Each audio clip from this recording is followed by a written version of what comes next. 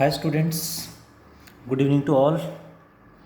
आज हम डिस्कस करेंगे apparent weight of a body in a lift in chapter 5 11th class. और एक नया कॉन्सेप्ट है, काफ़ी अच्छा कॉन्सेप्ट है जो डेली लाइफ में बहुत जगह हम फील भी करते हैं और न्यूमेरिकल्स में तो बहुत बार डिफरेंट डिफरेंट चैप्टर्स में यूज़ होगा। What is that concept, discuss करते हैं जरा please. Apparent weight of a body in a lift का मतलब है let there is a body kept in a lift or elevator like this. Mass of the body is m, kept in the lift like this, and the lift is let going up with a constant velocity v. What is the apparent weight of the body? कभी भी हमसे कहा जाए find apparent weight of the body तो हमें क्या निकालना है?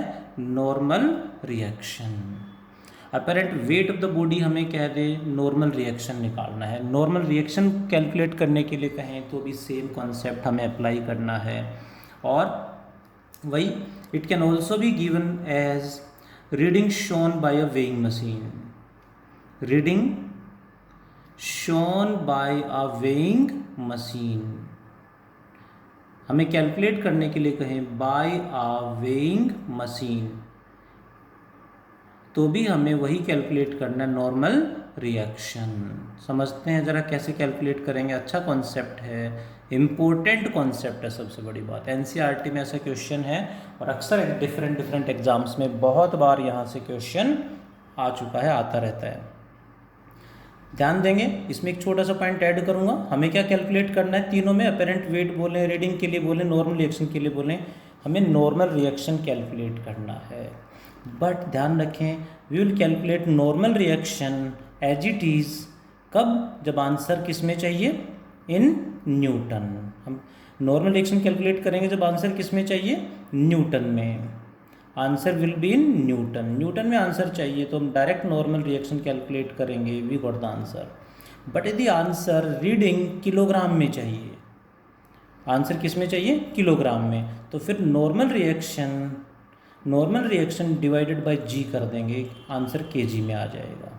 यानी कहीं भी केजी में रीडिंग चाहिए तो जो भी नॉर्मल रिएक्शन आया उसको जी से डिवाइड कर देंगे तो आंसर केजी में आ जाएगा। और डायरेक्ट कैलकुलेट किया है तो वो न्यूटन में होगा। ये हमें ध्यान रखना है। अब क्वेश्चन करते हैं। फर्स्ट केस में the lift is going up, यही एग्जांपल में लेके चल रहा हूँ। फर्स्ट केस में lift is going up with a constant velocity v। Lift ऊपर जा रही है कांस्टेंट वेलोसिटी के साथ अपवर्ड।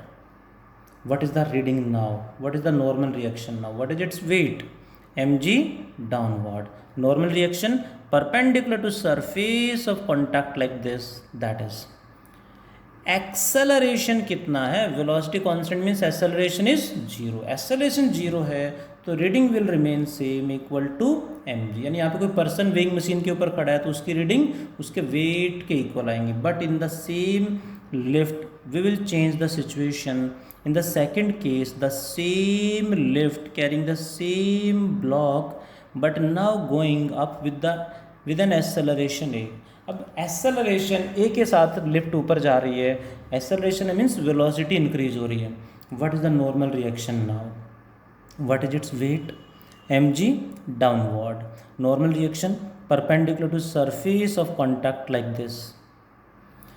नेक्स्ट पॉइंट जो यहाँ पे समझने का, जो नया कॉन्सेप्ट मैं बार बार कह रहा हूँ, ए आ गया, एक्सेलरेशन आ गया, लिफ्ट ए एक्सेलरेशन के साथ ऊपर जा रही है तो ब्लॉक भी तो सेम एक्सेलरेशन के साथ ऊपर जा रहा है, यानी ये एक्सेलरेशन ब्लॉक में भी तो होगा। Then what is the force on the block? Mass into acceleration. यानी ब्लॉक पे एक और फोर्स लगेगा इस लिफ्ट के एक्सेलरेशन की वजह से, that is M A. R ऊपर, एम ए ऊपर, एम जी नीचे। What is the reading now? हमेशा ध्यान रखेंगे एक्सेलरेशन जहाँ आ गया, एम ए जहाँ आ गया उसको हटा दो, उतना ही फोर्स अपोजिट डायरेक्शन में लगा दो, उतना ही फोर्स अपोजिट डायरेक्शन में लगा दो। इसे बोलेंगे शूडो फोर्स। क्या बोलेंगे इसे? Pseudo force. क्या होता है शूडो फोर्स? क्यों लगाते हैं pseudo force? I will explain in detail with the help of examples, but यहाँ मैं सिर्फ इतना बता रहा हूँ कहाँ और कैसे अप्लाई करना है। क्यों अप्लाई करते हैं वो नेक्स्ट क्लास में सिखाऊंगा। देखें ज़रा, जैसे ही एक्सेलरेशन आया तो फोर्स कितना लग गया इस पर, मास इंटू एक्सेलरेशन एम में, हटा के शूडो नीचे आ गया, और जैसे ही उसको हटा के शूडो लगाया, इक्वेट कर दो, ऊपर कितना है R, what is the force acting in downward, M G भी नीचे एम ए भी नीचे, so M G plus M A. Hope you got it. ध्यान देंगे, शूडो फोर्स किसका लगेगा, आर का नहीं, एम जी का नहीं, सिर्फ किसी का भी नहीं लगेगा, सिर्फ एम ए का शूडो लगेगा। एक्सेलरेशन जहाँ आ गया वहाँ एम ए को हटा के उतना ही ऑपोजिट अप्लाई कर दो। Like in the third case same lift, in the third case same lift carrying the same block now going down with the acceleration a, what is the normal reaction now, again बहुत बढ़िया, बहुत बच्चों को समझ में आ गया होगा। M G नीचे, normal reaction perpendicular to surface of contact, lift नीचे जा रही तो ये एक्सेलरेशन ब्लॉक में भी नीचे ही होगा, force on the block M A, यानी इस लिफ्ट के एक्सेलरेशन की वजह से ब्लॉक पे एक एक्स्ट्रा फोर्स लग गया एम ए। क्या करेंगे, एम ए को हटा दो, उतना ही शूडो फोर्स अपोजिट डायरेक्शन में लगा दें, यानी उसको हटा के जो अपोजिट लगाएंगे उसी को शूडो कहा जाता है। जैसे ही शूडो लगाएंगे इक्वेट कर देंगे, ऊपर फोर्स कितना लग रहा है M A plus R equal to downward force is M G, then R now becomes equal to M G minus M A. Hope you got it the concept. इसको कई बार एक्सप्लेन कुछ बुक्स में कुछ teachers जो pseudo का use ना करके वैसे सिखाते हैं, आपकी चॉइस है जैसे आप सीखना चाहिए, बट गलत कॉन्सेप्ट नहीं होना चाहिए। मैं इसको शूडो फोर्स से सॉल्व करूँगा, एंड नोट्स में भी मैंने ऐसे ही किया हुआ है, और हर जगह कहीं भी किसी भी सिस्टम की वजह से किसी बॉडी में एक्सेलरेशन आएगा तो ये हमें अप्लाई करना है। क्यों लगाते हैं शूडो फोर्स वो भी मैं सिखाऊंगा, प्रैक्टिकल एग्जाम्पल के साथ सिखाऊंगा, कैसे अप्लाई करते हैं वो अभी मैं सिखा रहा हूँ, क्यों लगा रहे हैं वो नेक्स्ट क्लास में सिखाऊंगा। पहले अप्लाई कैसे करते हैं वो सीखना है, अप्लाई कहाँ करते हैं वो सीखना है।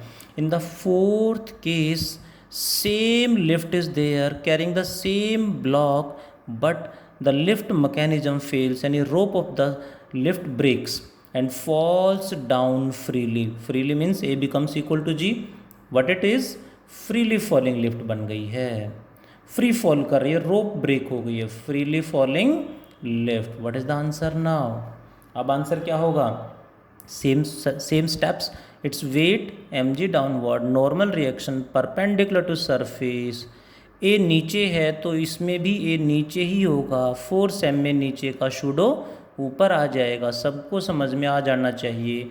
और जैसे ही शूडो लगाया इक्वेट कर दो, सेम सिचुएशन आ रही, ऊपर force R plus M A और नीचे एम जी।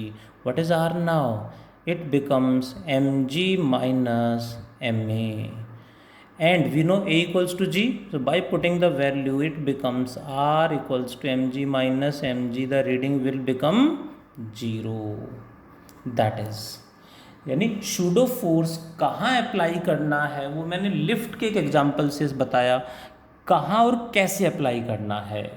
लेट मी रिपीट, यहाँ एक्सेलरेशन 0 था तो direct r equals to mg, pseudo है ही नहीं, ए ही नहीं है तो शूडो कहाँ लगाएंगे, इसमें ए ऊपर था तो फोर्स एम में ऊपर ही होगा, इसका शूडो नीचे आ जाएगा, इक्वेट कर दिया। इसमें ए नीचे था एम में नीचे तो शूडो ऊपर आ गया, और जैसे ही शूडो लगाया इक्वेट कर दिया।